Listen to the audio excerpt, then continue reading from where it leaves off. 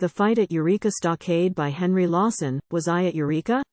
His figure was drawn to a youthful height, and a flood of proud recollections made the fire in his grey eyes bright.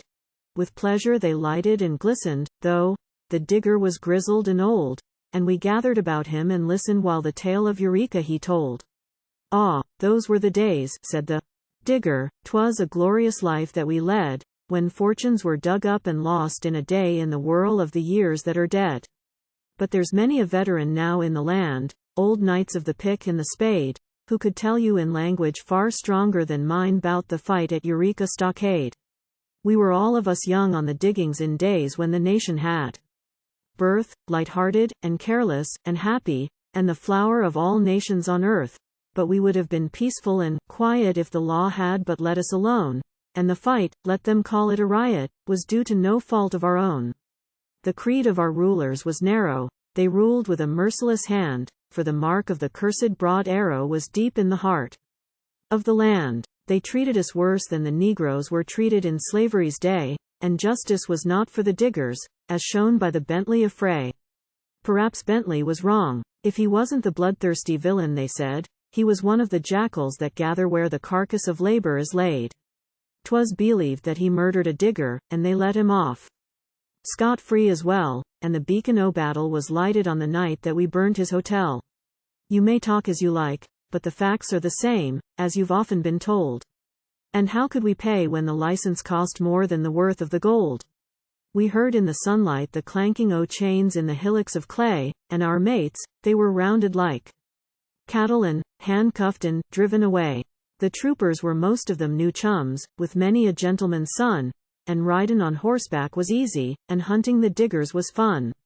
Why, many poor devils who came from the vessel in rags and down-heeled, were copped, if they hadn't their license, before they set foot on the field. But they roused the hot blood that was in us, and the cry came to roll up at last, and I tell you that something had got to be done when the diggers rolled up in the past. Yet they say that in spite o' the talkin' it all might have ended in smoke, but just at the point o' the crisis, the voice of a quiet man spoke. "We have said all our say and it's useless, you must fight or be slaves," said the voice. "If it's fight, and you're wanting a leader, I will lead to the end, take your choice." I looked, it was Peter Lalore, who stood with his face to the skies, but his figure seemed nobler and taller, and brighter the light of his eyes. The blood to his forehead was rushin' as hot as the words from his mouth. He had come from the wrongs of the old land to see those same wrongs in the South, the wrongs that had followed our flight from the land where the life of the worker was spoiled. Still tyranny followed. No wonder the blood of the Irishman boiled. And true to his promise, they found him, the mates who are vanished or dead, who gathered for justice around him with the flag of the diggers o'erhead. When the people are cold and unbelieving, when the hands of the tyrants are strong, you must sacrifice life for the people before they'll come down on the wrong. I'd a mate on the diggings, a lad, curly-headed, and blue-eyed, and white, and the diggers said I was his father, and, well, perhaps the diggers were right. I forbade him to stir from the tent, made him swear on the book he'd obey, but he followed me in the darkness, and was shot on Eureka that day. Down with the tyrant and bully.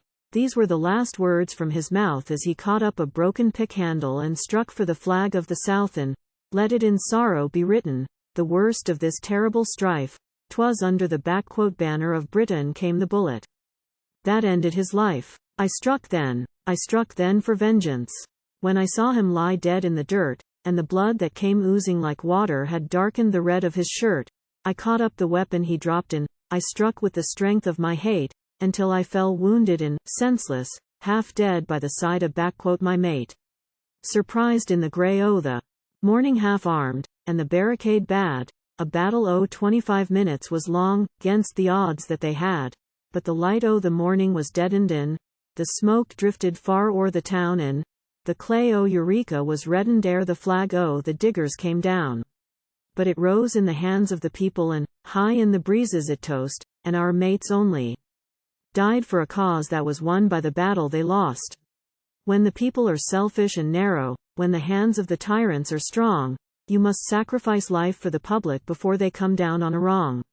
It is 36 years this December the 1st asterisk, since we made the first stand, 'gainst the wrongs of old countries that day in Eureka Stockade, but the lies and the follies and shams of the North have all landed since then, and it's pretty near time that you lifted the flag of Eureka again. You boast of your progress and thump empty thunder from out of your drums, while two of your "marvelous cities" are reeking with alleys and slums, and the land sharks, and robbers, and idlers in. Yes, I had best draw it mild, but whenever I think Eureka my talking is apt to run wild.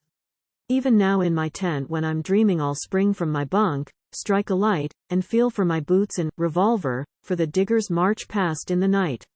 And the faces and forms of old mates and old comrades go driftin' along, with a band in the front of 'em playing the tune of an old battle song.